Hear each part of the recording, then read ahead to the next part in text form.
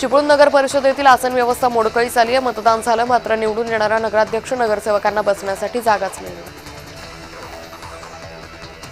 अहिल्यानगर जिल्ह्यात बिबट्याचे जीवघेणे हल्ले वाढलेत। वन विभागाकडून बिबट्यांची धरपकड सुरू आहे। आतापर्यंत 28 बिबटे जेरबंद केले।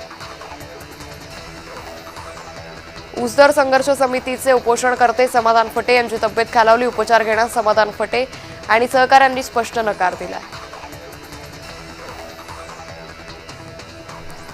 बुलढाणा जिल्ह्यातील खामगाव तालुक्यात ग्रामपंचायतीच्या निधीतून तब्बल 40 लाख रुपये खर्च करून रस्त्याचं बांधकाम केलं।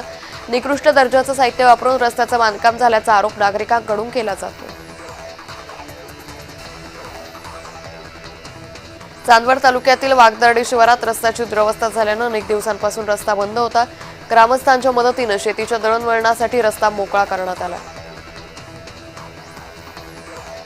धुळ्यातील गुरुद्वारा साहेब परिसरात बाबा धीरज सिंग यांच्यावर अंत्यसंस्कार करण्यात आले। गुरुद्वाराचे प्रमुख धीरज सिंग खालसा यांना अनुयायींनी शाश्रू नयनांनी निरोप दिला।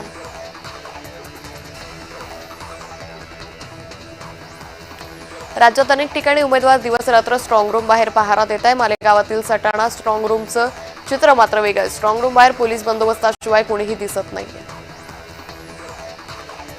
सत्ता बदल झाल्यानंतर नाशिकच्या मनमाड कृषी उत्पन्न बाजार समितीची वार्षिक बैठक पार पडली। बाजार समितीमध्ये शेतकऱ्यांना मूलभूत सोयी सुविधा देण्याचा मुद्दा शेतकऱ्यांनी उपस्थित केला।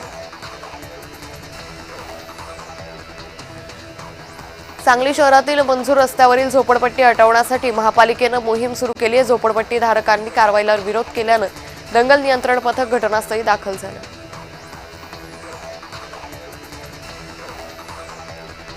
परभणीत सोमनाथ सूर्यवंशी मृत्यू प्रकरणावर ठोस कारवाई न झाल्याचा आरोप करत आंदोलन करण्यात आलं। जिल्हाधिकारी कार्यालयासमोर आंदोलकांनी रास्ता रोको केला।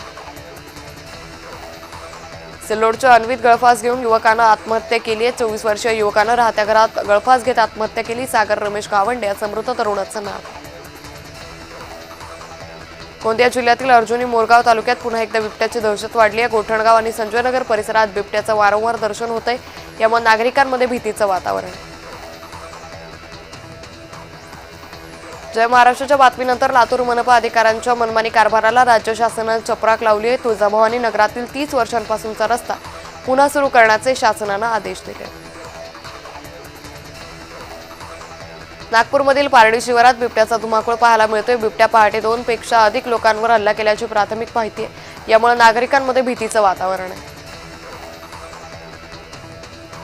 अलिबागच्या नागावमध्ये बिबट्याची दहशत कायम आहे। ग्रामस्थांमध्ये भीतीचं वातावरण आहे। त्यामुळे नागावमधील सर्व शाळा आज बंद ठेवण्यात आल्या। नागरिकांनी शक्यतो घराबाहेर पडू नका, एकटं फिरू नका असं आवाहन ग्रामपंचायतीने केलं।